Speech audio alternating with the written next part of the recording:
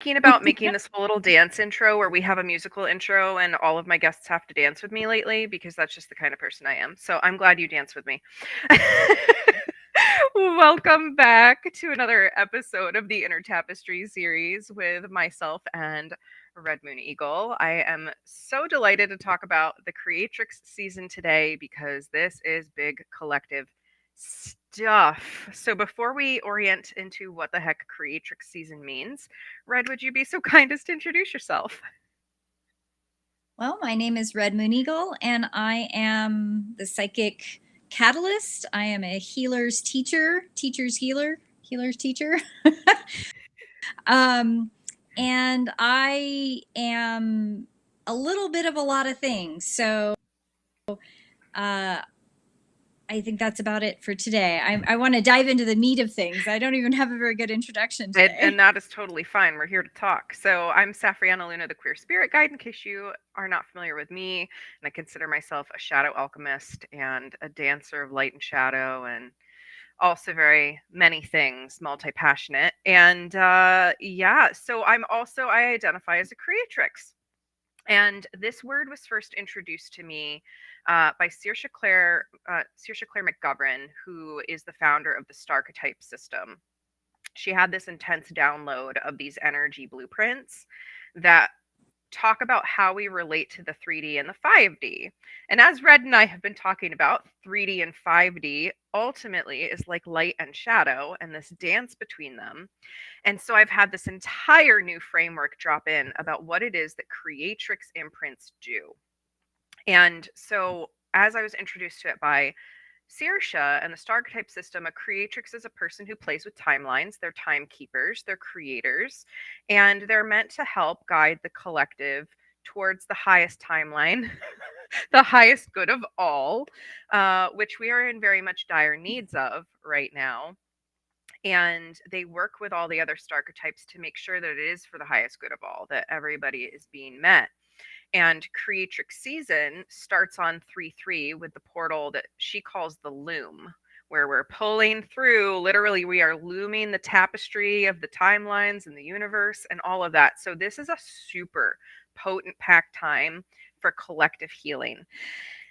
And as Red and I have been talking about over several of the last episodes, we've been really in this dance of shadow and light. And I'm like, oh my gosh, this is literally what the Creatrix is doing. We're pulling through a thread of light, we're pulling through a thread of shadow, and we're weaving them together in this very intricate and beautiful tapestry.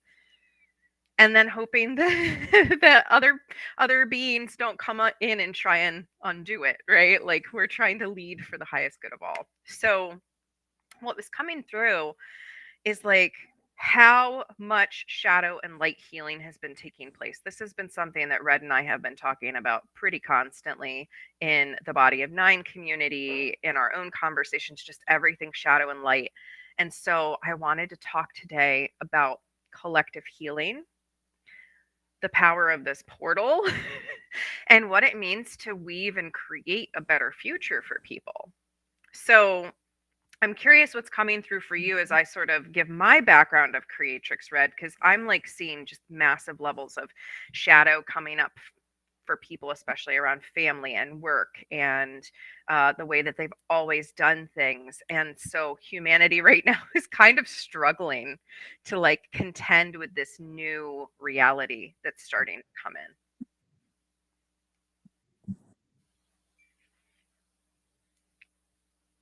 Yeah, one of the things that comes through with it a lot recently, and I totally jive where you're going with a lot of that, is the layered of the community participant, because we have been heavily influenced in our collective history on the uh, I think the word I'm looking for is the helplessness shadow, Hmm. the feeling that you're helpless, that there's no point.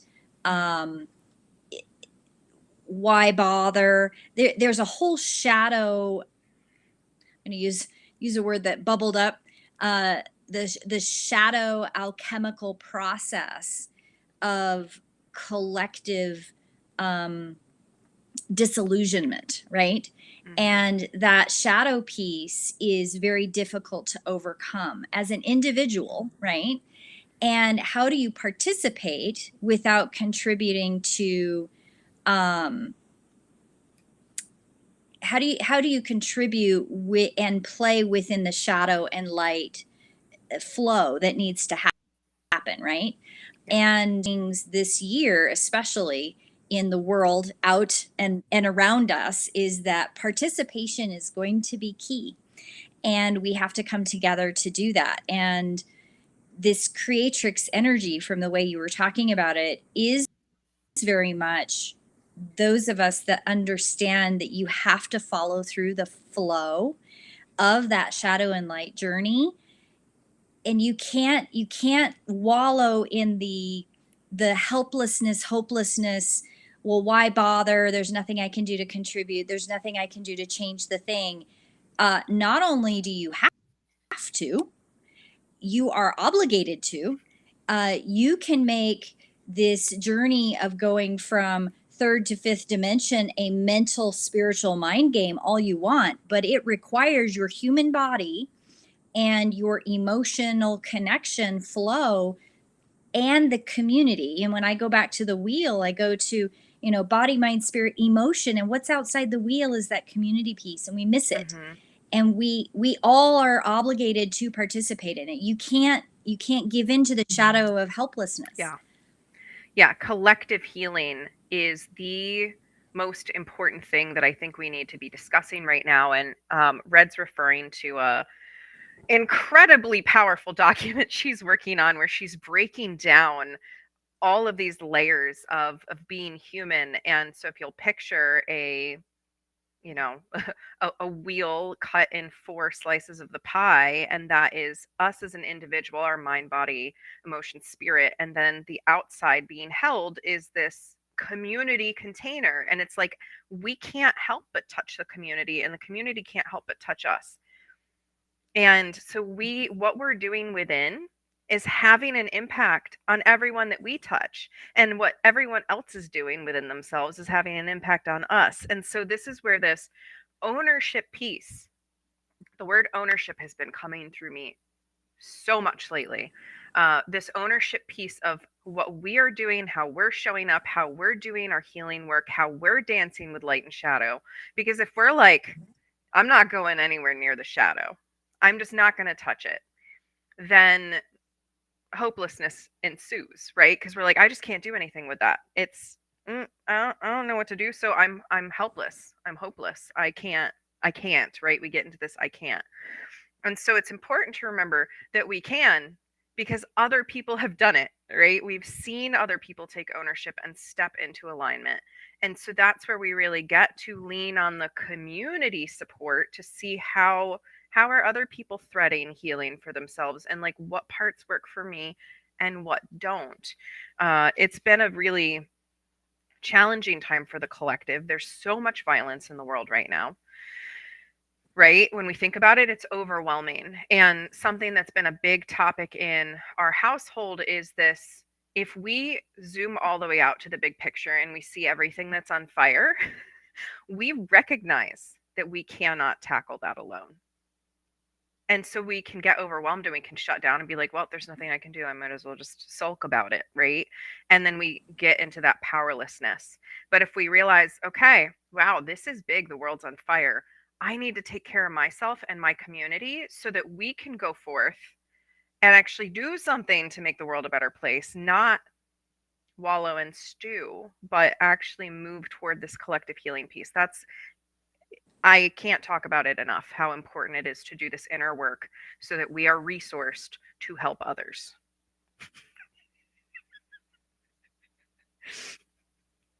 It's my soapbox right now. I mean, I can't reinforce that. Oh, it is a soapbox moment, because it's a very important thing that when you're, I had a conversation with somebody very, very recently, and I caveat this with actual conversations, but the sum of it was that you cannot play the avoidance game in your own shadow journey. It's this analogous thing to, I don't know how y'all are, but I hate balancing my checkbook. I hate accounting. I hate everything that has to do with it. But it's a thing I have to do. Okay. And so I will avoid it. I will avoid it till I literally do not know how much money I have. Like, I have lost count of the mental spreadsheet going, I don't know. Do I have $4 or $400? I don't know. So I will avoid it until I have to deal with it. And usually when I sit down and I'm in a good place, it's not that bad. I know the tools, I know how to do it, and I do it and I go, "Oh, look. Usually I find extra pennies somewhere, like, wow, I didn't know, and look, my bank account's great." Because the fear overwhelms, and you get stuck in that place of avoidance. And that's neurodivergents do it all the time, neurotypicals do it, We like all we avoid. all We do all the try avoidance to. game. And 100%, I'm pretty sure it's just a human thing. The big thing that happens with shadow is that when you avoid shadow, the universe gives you so many opportunities to deal with it again and again and again.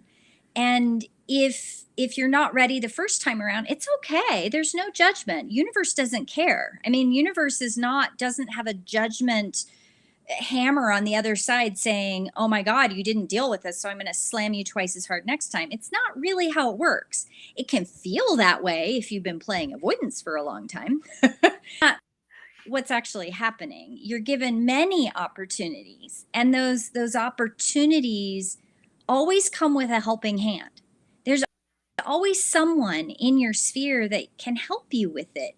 In the wheel, body, mind, spirit. Everybody talks about body, mind, spirit, but they very rarely talk about emotion, right? That's that fourth piece of the pie. And on every piece of it, right? Like, if you want to work on body, there's a coach available. There's a workout method. There's somebody you can talk to about nutrition. In mind, if you want to work on mind, there's schools, there's textbooks, there's somebody to talk to about learning opportunities. Spirit, if you want to explore the spiritual aspect, you can pick a method, a I don't know, workshop or religion, pick something. There's always something. And emotion, one of the cool things about the emergence of the last 20 years of mental health, and a lot of diving into getting out of the toxic paradigms of mental health, which have driven the bus up until about the last 10, 15 years, right? On every single one of those quadrants, there's a community aspect. And in the wheel, when we're thinking about these big picture world things, everything's on fire, like you said, right? Like, everything is going to hell in a handbasket. And that big picture is reflected in many microcosms in our country and in our world. And I don't know about you. I mean, I have these weird, fantastical, imaginary, like, things of what would happen if I put my name in for president. Like, what would happen? Well, first off, nothing would happen, because one good look at me and everybody's going to go, "Oh, she's losing a little cracker there. I don't know." Because I think outside the box, right? But I don't know if anybody has these imaginings, but if you think of the fantastical imaginings of what could you do in a place of quote unquote power to equalize, right? So do these imaginings that I think of come from my own ego? Absolutely not, because my moral, ethical perspective on it would be for others, because that's the way I think.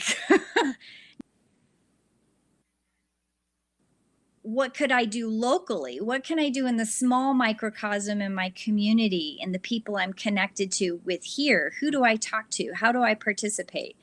And each one of those events, any person I talk to is going to bring up a little bit of shadow. So I have the opportunity to reflect back shadow and my my purpose and my reasoning for participation, and what can I learn from those experiences to grow as an individual, and look at all this beautiful community that can help me in that journey. And we can start putting out some of the fires for bringing everyone elevating up into the next place. Because this is Yeah. the lovely thing about fire, is that fire is perceived as a destructive thing. Fire is transformative. Fire is catalyst energy at its purest form. Right. It is change. And you're right, the world's on fire. But think of what's happening. It has to happen that way to make people change. Yes. If you don't light something on fire, they're not going to change. Yeah. And They're not. it's so challenging because, you know, people want an easy life, they want a comfortable life. They don't want things to be on fire, but the more that we're unafraid of fire, right? We see it as a creative power, as a transmutive power, the less scary it is. But also, like, how are we supposed to go save someone across the world from the fire when our neighbor is on fire, when we're on fire, right? It's like we have Mhm. to move this stuff within ourselves first. We have to look at the micro because that's where we have power. We don't have power at a macro scale. We are the universe, like we're a part of the universe, but we can't control the whole big thing because we're just one cell of the body. But if I sit and I anchor in peace, ease, harmony, and then I get so resourced in myself that I can turn to a person in my household or my neighbor and help them anchor in harmony.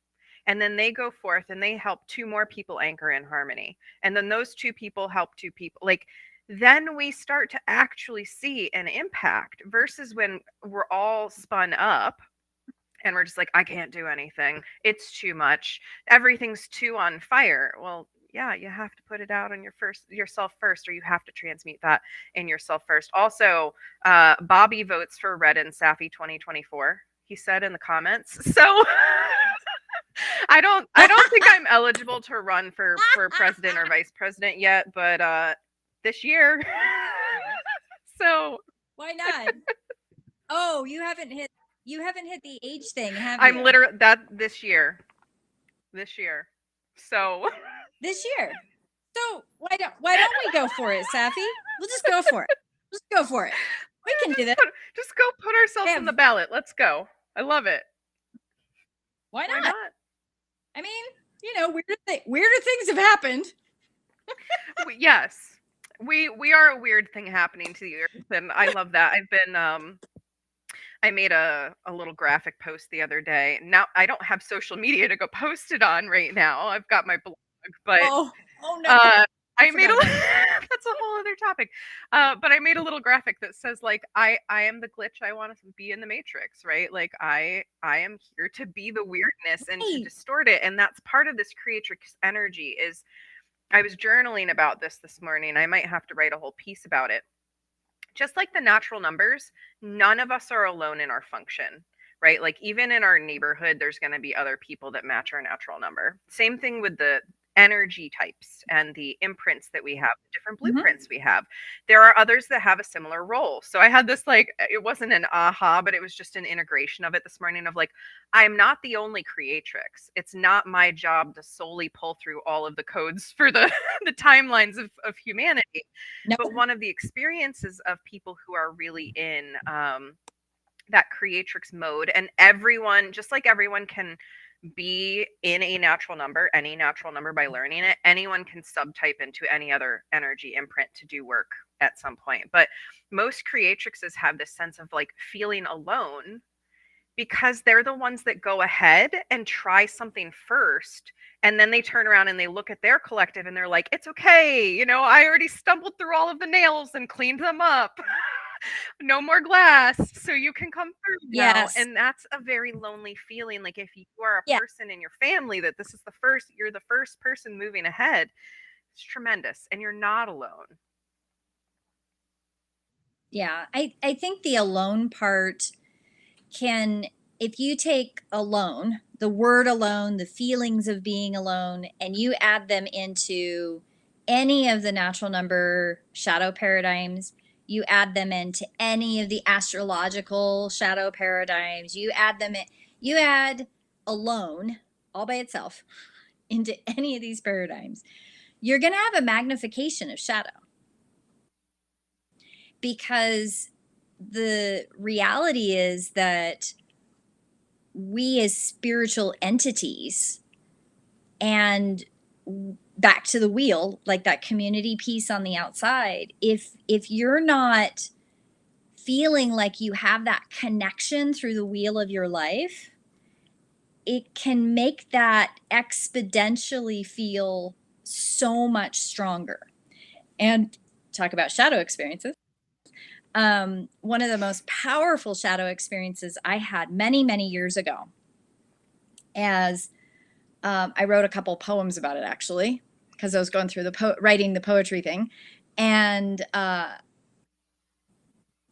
wrote this poem about being alone, and I was sitting and I was crying. I was just heart-wrenchingly sobbing through the feeling of alone.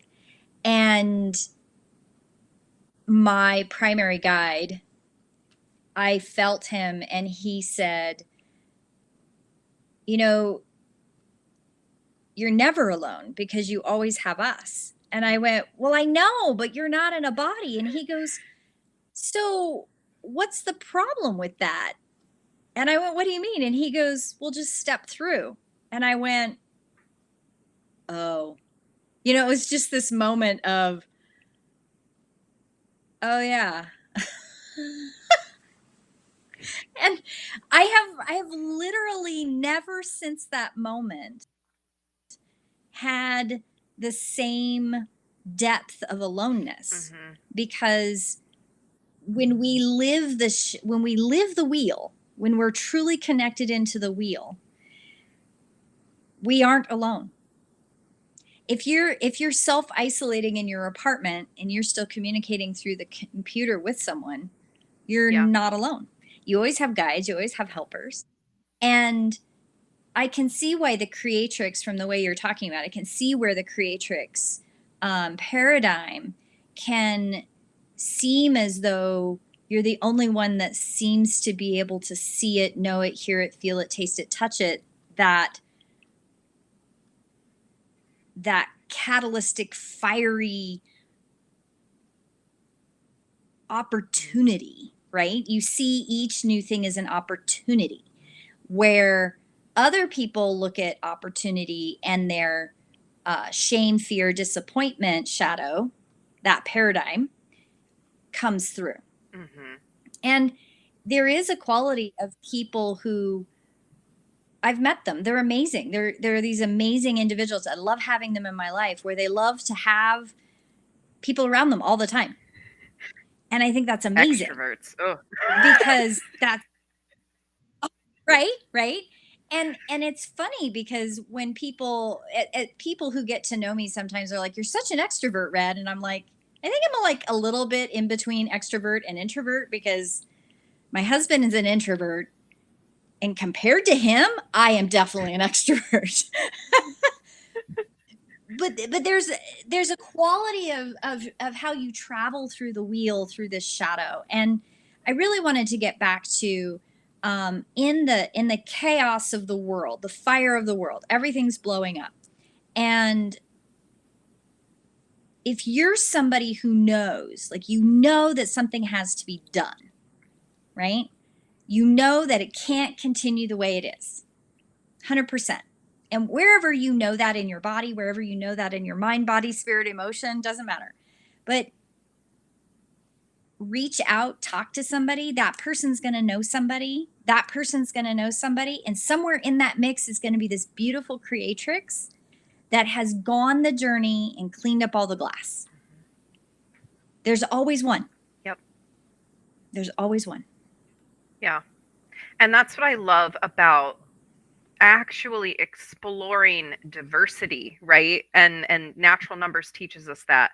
These energy imprints teach us that. Like there's so many different kinds of people in the world, and each of us is here to serve a unique function. And I think that sometimes when we get overloaded about how on fire things are, it's because we have not found the thing that's ours to do yet. When we know what's ours to do, like my thing to do is to hold the torch of hope when everyone else is like, I want to give up on life. Like there's no hope. And that's literally my job. And it can be challenging sometimes to hold the torch when everyone is, weeping around you. But that's what's mine to do. And so even in my lowest times, I'm able to go, but I know that what's mine to do is to just hold the torch of faith and hope that we're moving toward, even though it's going to get worse before it gets better, right? We're going to go deeper into the shadow before we can emerge back out into the light as a collective. The more of us that are doing the dance, the quicker that can happen. But the collective, the human collective right now is on the whole avoiding the shadow. So people like me are here to go first and say, hey, did the thing, it's okay, you can do it too. Oh yeah. And then all of the other imprints, all of them are holding support in other ways as it's happening. And then there are people to come along and close it up for us when we've done what we need to do, so it can be integrated. Like there is this magic of all of us doing what is ours to do, and then we're not so overwhelmed by trying to take on every single role and every single person's job. That's why we all have our own little like passions or things that break our heart that we want to make better, right? Like it's not every person's job on the planet to go forth and be a crusader for animal rights. It's not everybody's job on the planet to go forth and crusade for women's rights, right? Like each of us has our thing that we're like, I'm passionate about this, I want to make it better for this group of people. Well, I want to make it better for this group of people, but I'm also excited that you're taking on this group of people or beings because they need taken care of too. Yay, we're each doing what we're meant to do.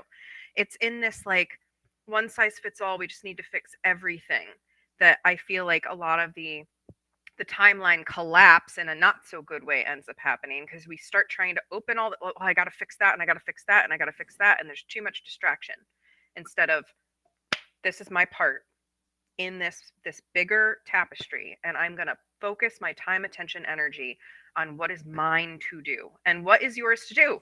Well, take care of yourself. That's number one, and then the rest comes.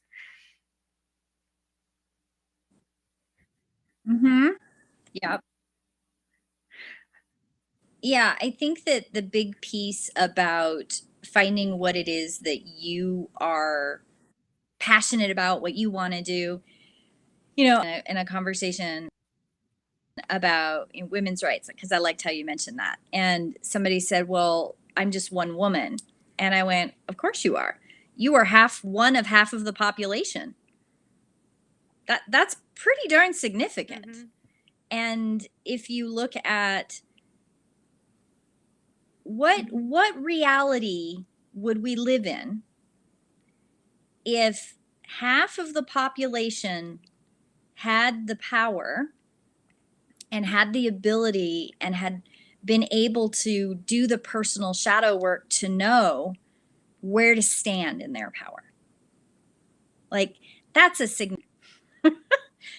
And the person I was talking to goes, oh, but that would mean I'd have to work on my shadow. And I went, yeah, because, you can work on your shadow, or you can plug into TV and watch reality TV for 4 hours. Like, we have practiced avoidance at a cultural, mind consciousness awareness, humanity's consciousness. We've been practicing avoidance, active avoidance with intention for a good couple decades. And it's worse with the media input, right? So there are people that are squeaky wheels, right? Like, I'm a squeaky wheel. I talk about it all the time. Like, I was a real squeaky wheel when my kids were small. Like, I didn't have cable TV when cable TV was like the big thing. And all of my friends were like, what do you mean you don't let your kids watch cable TV? I went, no, I don't even buy cable. They thought I was mean, Safi. Like, Yeah, they I were bet. like, how could you be so mean to your children? But I went, well, I want them to have skills. I want them to have skills to know how to discern that. And it doesn't mean I'm never going to let them watch TV ever or no media ever, but Right. let's teach discernment and let's pay attention to how the brain grows in children's brains. Like, yes, some of these things can be amazing tools, but 20 years ago, yeah, I mean, they're discernment, critical thinking. I don't Yeah, know, we these don't have to basic do things things, the but way that they've always been done. there's a shadow in that. Right.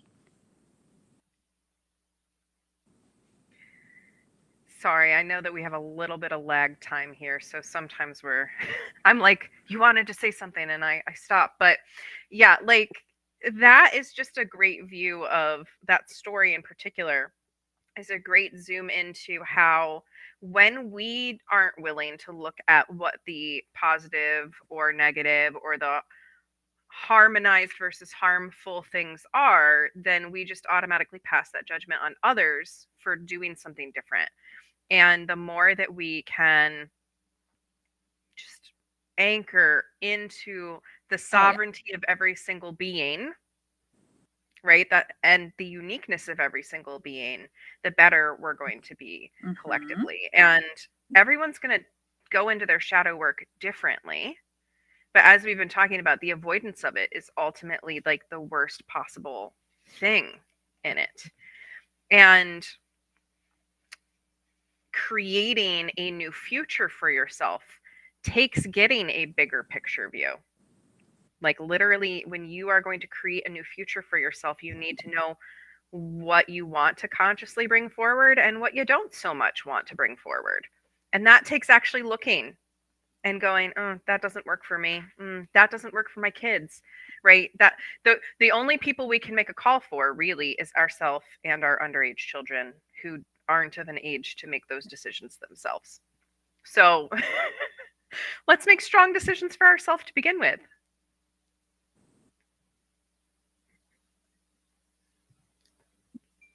Yeah, there's a layer in when you're deciding like what you want, what you don't want, things like that, right? And I love how you've used the word harmony. And the every time you say the word harmony, I go, "Oh yeah, I'm going to say this word." And the word is coherence, Mm, because there is a coherence of vibrational tonal value, right? In harmony. When people talk about um, peace, right? Like, I want peace. Okay, well, what does that mean?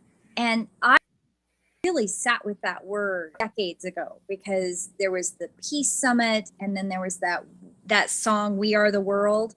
I don't know if you remember that. Maybe it's my generation, but "We Are the World." And there was this the word peace was like thrown around as this big word, right? But it didn't have any weight to me. It was this etheric idea, because I don't know how other people's experiences are, but I've had some pretty intense bullying experiences in my life. And people who talk about peace can be some of the worst bullies, just FYI. And so it's an ethereal idea, but what does it mean? And what I had boiled down the word peace to was coherence, coherent vibration versus dissonance. And I love the use of harmony in that. And then one of the things that's come up, I'd probably say in the last 5 or 6 years, especially with the fire being ranked up, like the heat underneath the flame has really been turned up. I literally the planet is I've realized that with yes, yeah. I've realized that another layer within harmony and coherence is the authentic piece, because if you're not authentic with your shadow light journey, and if you're not authentic with your beliefs and morals and values and ethics and all of those mind, thought, perceptions of who you are, then you will avoid. You will make the excuse to avoid the shadow. I have a beautiful friend that I absolutely adore, and this person is so good at talking themselves out of an authentic experience with shadow, because the authenticity piece hasn't anchored in within that. I think this person is very much attached to the idea of what peace is in this abstract term, but has not understood the harmonic coherence in the vibration of the authenticity within. Does that make sense? I don't know if I'm using still too big of words, but I keep trying to narrow it to make it real. So it's really interesting that you're talking about the word peace in sort of relationship to the word harmony, because I don't know why lately, but what's been coming through for me is my mission is to anchor in the energy of peaceful harmony. And so then the question has come up, well, what does that mean? And to me, peaceful harmony is being, okay, so if this is the line, the 4D, and we have the shadow and we have the light. Peaceful harmony looks like being able to do this and exist on the axis where both are, and not be in conflict about it, like in hardcore conflict, right? Conflict is not, I don't see conflict as like the opposite of peace. I see peace as being able to hold the energy of, oh wow, it's doing this and I'm bouncing back and forth, but I can hold it and I can bring forth and source the information from it and still be in harmony, knowing that I'm going into the uncomfortable. I don't have to explode or avoid the uncomfortable. I'm able to be at peace with the uncomfortable, and therefore I can do this and I can be harmonized in my whole being, right? When we're literally actively like, I don't need to look at the shadow, or there's nothing there for me to see. That's because we're not making peace with it. We're literally like, oh no, I can't be in peace with that because I am looking at it as a quote unquote bad thing. I don't want to go there. That's not harmonized within the system, and it's not being peaceful within ourselves either, because we're literally shutting out parts of us that are a bigger part of this overall equation. So yeah, for me, peaceful harmony is just being able to be whole within ourselves, the light and the shadow, and make space for it. And even when the feelings of discomfort or conflict come up, to be able to be like, okay, I can make space for this. I don't have to run away. Some of us really, really have a hard time with this, though. And I understand.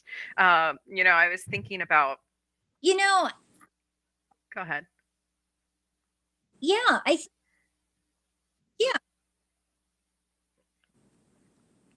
yeah, I think that there is genuinely a underlying terror for some people about bad, quote unquote, chaotic, uncomfortable things. And I say the word terror rather than fear because in many people, there's this huge uptick of people with a lot of anxiety that I've seen in the last 3 or 4 years. Mm-hmm. And when down, a lot of times when I talk to people with this, it's oftentimes it seems to be they are very aware of the undercurrent of that fiery, chaotic change that's moving forward.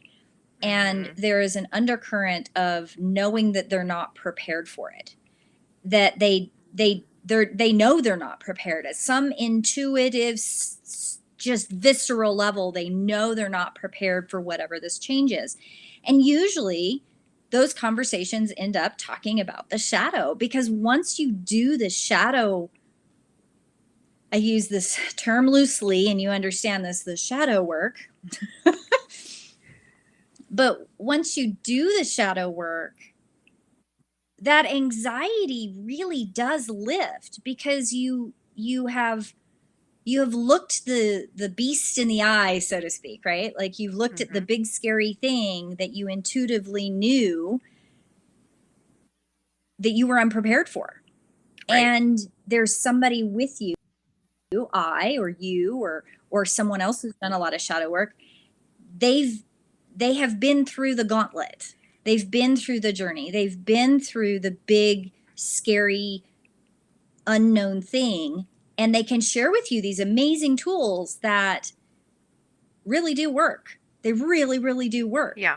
And there are, I don't know, 9 different natural numbers. So there's at least 9 different ways of dealing with this. For sure. Yes. And that's like people, I have so many conversations where people are like, well, I tried going to therapy, or I tried this healing modality, or I tried that. And then they just give up because the first 2 to 3 things that they tried didn't work.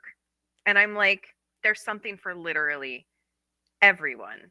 You just have to be willing to be uncomfortable. And the monster under the bed is so very rarely as scary as we think it is, right? I talk about like the shadow gremlins, or these little goblins lurking in the dark. And once you put them in the light, you literally pluck them up, put them in the light. You're like, oh, you're just a cute little goblin. Oh, you were hiding because you were scared. Like, when we shine the light on something, it no longer holds the power that it once did. And that's literally all we have to do.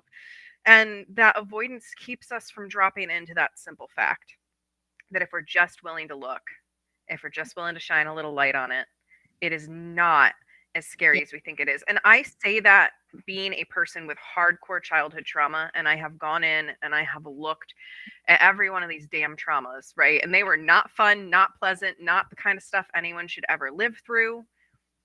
And I was really scared to look at them for a long time, right? I suppressed them deep into the shadow. I exiled them. I ran away from them. So I really, truly have lived that like shaky, oh my God, I'm going to do this. I'm finally going to talk about it. I'm finally going to admit to someone that this exists within me, or I went through this experience and these are the beliefs. And then all of a sudden, as soon as we have someone else with a little iota of compassion for us, we're like, oh, I guess I don't have to hold on to that the way that I thought I did. I can actually look at it now.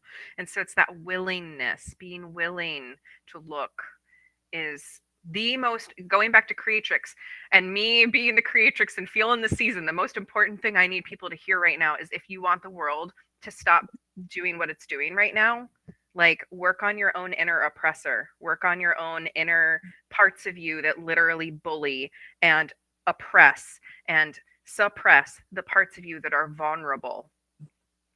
That is what you can do, is you can start to work with them to go, oh, I don't have to bully everyone. That is the most important thing that you can do right now. Because whether you bully people outside of you, if you're holding that energy within yourself, that is just, and this is me speaking for a moment as a mental health professional, we have found in the brain that it is just as impactful if someone else is tearing into you and abusing you as it is to abuse yourself internally. It has the same impact and fires off the same parts of the brain. So you're not being a kind person if you're not being kind to yourself. And that is really hard to hear, but it is essential that we all hear it right now.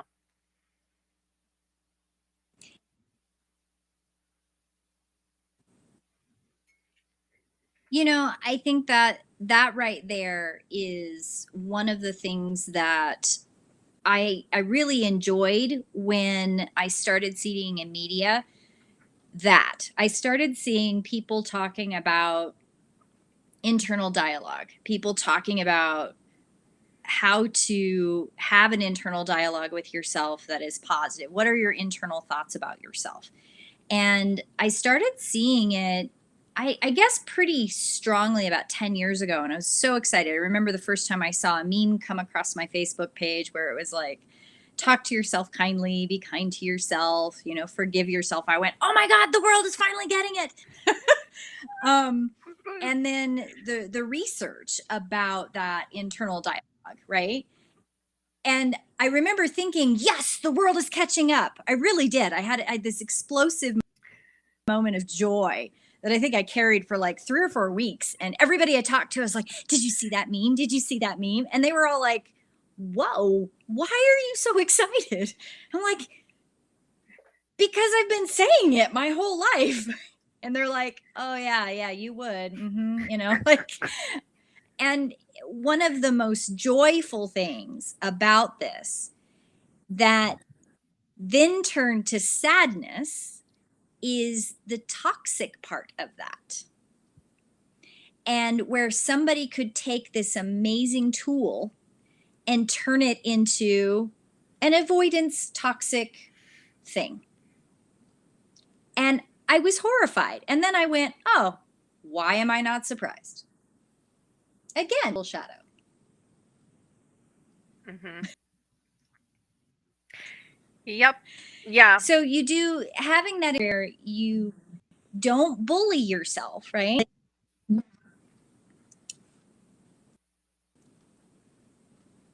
Yeah. That Go ahead, is Safi. a I know we have a cycle. lag. Oh, it's a fun time. I said in the I know people on other platforms can't see it, but I said earlier in the YouTube, I was like, Red and I are just too powerful for the internet. Because this does not happen anytime other than when we are going live, for the record. We just, the internet's like, oh my gosh, all the truth. But yeah, the bypassing of the shadow, I see that all the time. I'm glad you spoke to that. Like, we hear this message, don't bully yourself, and what do? We turn inward and we go, how dare you've been bullying yourself for so long, right? And we just bully ourselves more. And that's why my 3 qualities that I consistently bring people back to, and it's the qualities we talk about in our brand, Living Luna, is joy, compassion, and curiosity. Right. So, when talking about the shadow here and how we move into the future, how can you bring some joy into exploring the shadow? Right. For me, that looks like sometimes dancing, right? Like the joy is the dancing and putting on music that's going to make me cry or whatever, and just like letting the feelings roll through me as I process. So, what would make you joyful? Is it getting a shiny new notebook to process your feelings in, right? Like, what would be that little spark of joy? How do I bring in compassion and curiosity? Those two need to go hand in hand. How can I be compassionate and really get to know the shadow parts of me, not automatically judge them? Compassion doesn't look like enabling them to continue doing things that don't work, but it does look like being kind that they've had these experiences and patterns in the first place. So I think thank you for bringing that up. It's so important that we really anchor into compassion instead of judgment, because we don't want to bully ourselves more. I'm going to give this like 10 seconds here, Red, because you look completely frozen on my side. No.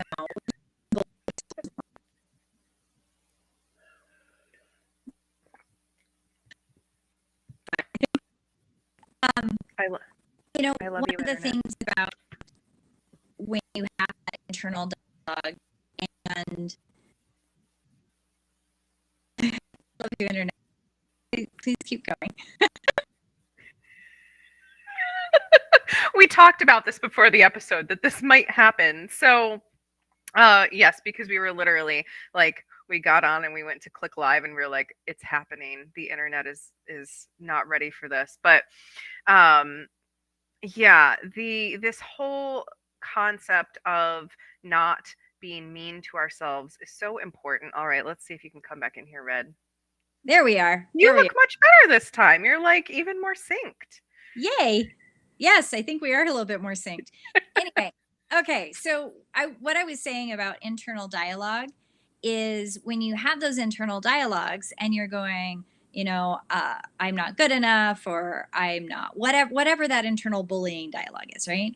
And you use the words joy and compassion, and you know, I love those words. I love those words. But one of the things that I have used to kind of dovetail into that with people is, what about reframing? How about we reframe that thought? And reframing is bringing new words into that dialogue and then practicing them, and in a way that's not going into this toxic positivity place, right? Like into the complete other side of the bullying where you're avoiding the shadow.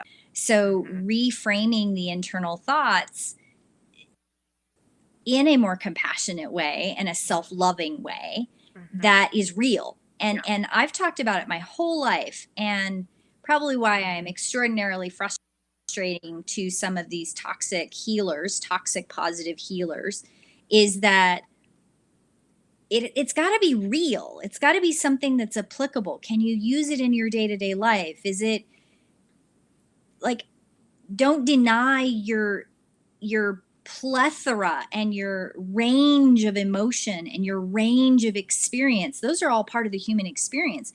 And if you're cutting half of it off, you're denying the shadow, you're denying the growth opportunity and the flow. Yes. And there's just so much goodness in the shadow. Like there's so much juicy stuff. Like, and that's I know some people are like, no, there's nothing good there. Yes, there is. There is our dreams, our desires, our feelings, our emotions, our sexuality, our sensuality, our creativity. Like, it's all in there. And that's why, like, do you think people get their story ideas like in the light? No, they download in from somewhere unseen. We have these, oh, it's suddenly made seen. It was unseen and now it's seen. That came from the shadow somewhere and somehow it got a little spark of light and we get to bring it forward. Yeah, Bobby said, is it positive if it's toxic? No, right? We can put this label on it that, oh, it's light work. It's in the light. We're staying anchored in the good, happy stuff, but that's still toxic because it is exactly as you said, Red, this like cutting ourselves off from the other half. And as you were talking about the toxic positive healers, I wanted to just offer this little tidbit of psychoeducation. So I worked a lot as a therapist with something called mindfulness based cognitive therapy, which is very different than a lot of the traditional therapy modalities because this was ultimately about mindfulness. And there's a super quick thing that I would teach clients called the ABCs. A is for antecedent. It's a situation that happens, right? Could be a car accident happens outside your house. It could be your mom strolled in and started speaking nonsense. It could be like literally anything, any situation. It could be someone brought you a gift. Like, it doesn't have to be a situation that would elicit necessarily a bad quote unquote feeling, or an uncomfortable feeling, but there's situations. And then the B is the belief. It's the instantaneous thing that is triggered in the mind. We have no control over this. And I hate when healers are like, you just have to master your mind and just stop thinking those things. No, those are synapses. Those are fired off automatically. Automatically. So we get into C, the consequences of I got some trigger happened, some event happened. I had an automatic thought or belief that ran through my head. Now I have three consequences: a feeling in my body, a feeling in my emotions, and a behavior. And on this whole chart, the only thing we have any control over anywhere on this chart is the behavior. That's where we get to say, oh, wow, I just had that really negative thought jolt through my head. And wow, my body is feeling heavy right now or tense or, how do I want to respond? Do I run away and avoid? Do I lean in and go, I see you. Let me sit with myself and figure out what's going on here? Do we say something out loud to the person who just walked into our space and started spouting? Do we go, whoa, hold up, right? We get to choose how we respond. That's where we have the control. So don't bully yourself for the instantaneous responses to things, nor for your behavior afterwards, but know that you have a choice in the behavior for what tools you use, what you try on, what you practice, how you allow yourself to have your experience. So I just thought that that would be useful to throw out there. Like, you don't have control over what happens in the meat suit automatically. It's literally like hardwired. No, you don't. But we can work. You know, I love how you outline that really easily. I've read a lot about that method. And one of the things that when I read about it, I thought, oh, this is that choice piece, right? Like that's what I read. I went, oh, there's that choice. So from somebody who looks at this from a very spiritual, psychic catalyst type perspective, right? That choice piece is where you apply those tools that I really, really, really encourage every client I've ever worked with to do is to take a breath. And the reason I have them take a breath is that pause, and that breath help the physiological body not completely release it all, right? Like it's not going to fix all the everythings. But that breath gives you a moment, that moment of pause that you need to make a choice of what tool to use, right?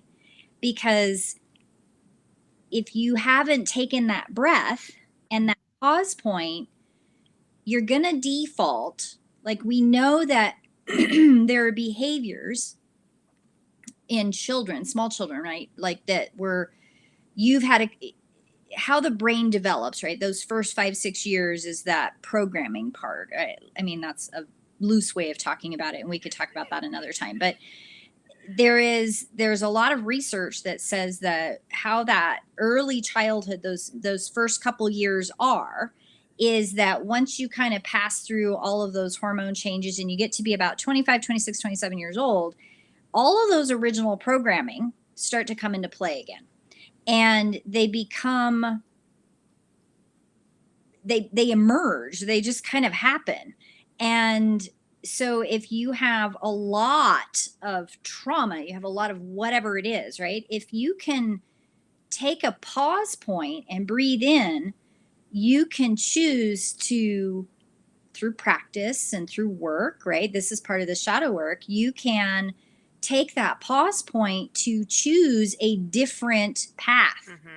You don't have to use the original programming. You can learn tools to short circuit the original programming and write new pathways. Yep. And one of the things that I can't help but to share this is that I did not have, there are things, you and I've talked a little bit about each of our individual journeys, and I too have done a lot of shadow work.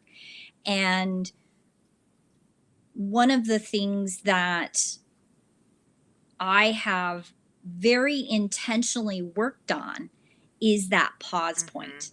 And I actually have gotten kind of good at it in a way that and I have had people notice it. Some people don't notice it, but I have had people notice it. They're like, when somebody asks you a question, you take a breath, Red. And I went, yeah, I do. I take a breath. Because that breath does a couple things. It helps me touch all of the energy centers in my body. It helps me align up with which ones I'm going to stack together. It helps me choose the new pathway in a healthier way. Yes.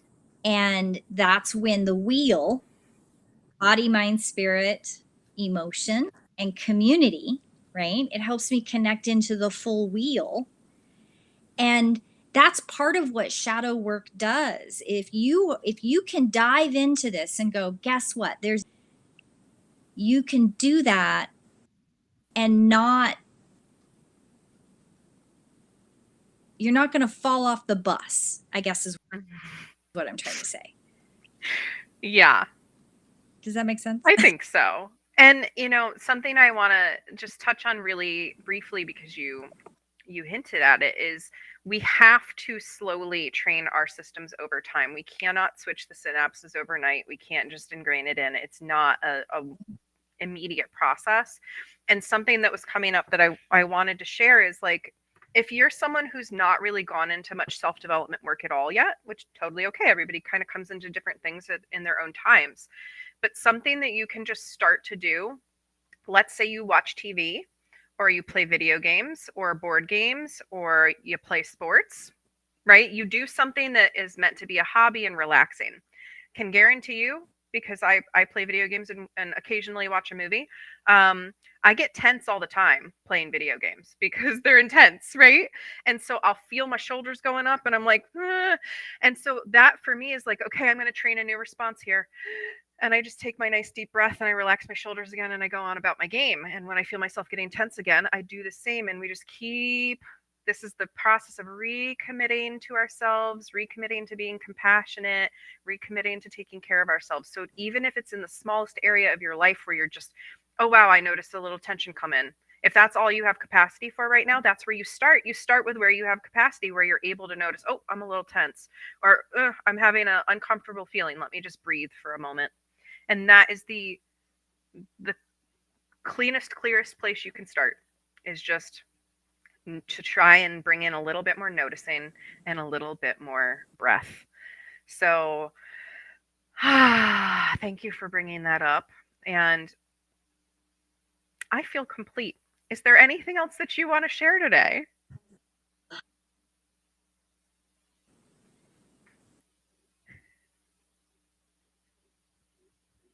No, I love this conversation. I love where we've gone on this journey with the Creatrix, because, you know, the big picture, right, is that there's a lot of big things. And those big things are really scary. And bringing it back small to you as the individual. What's your journey? What do you want to work on? And how do you work on the shadow flow, the shadow light flow within yourself? And I love that it all comes back to breath. At the very beginning, the very first step of the journey is breath. And then we talked about how you work on mind, right? Like breath and mind. And one of the beautiful things about the wheel is if you work on breath and mind, then the emotion and spirit come into play, right? And then body, emotion, spirit, mind, all of them are the wheel, and it's constantly moving. And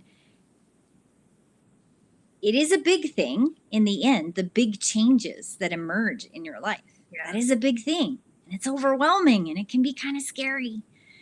But in reality, you start with one thing.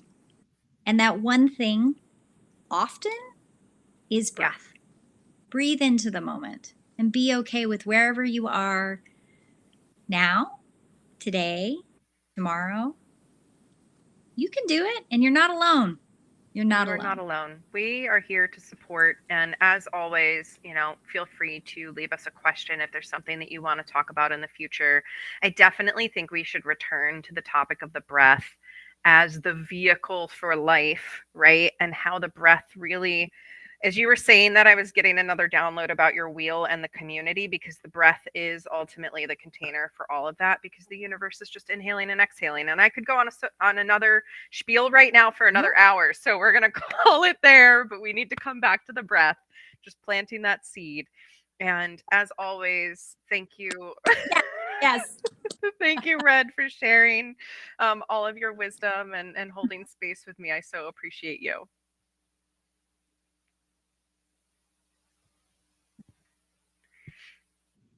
I love you too, Safrianna, and thank you to all of you listeners. I know that there's a lot of you that are waiting frequently for us to go live, and this is for y'all. This is for all y'all. You're not alone. You're not alone. You're not alone. All right. Thank you so much, Red. Until next time, we'll see you soon.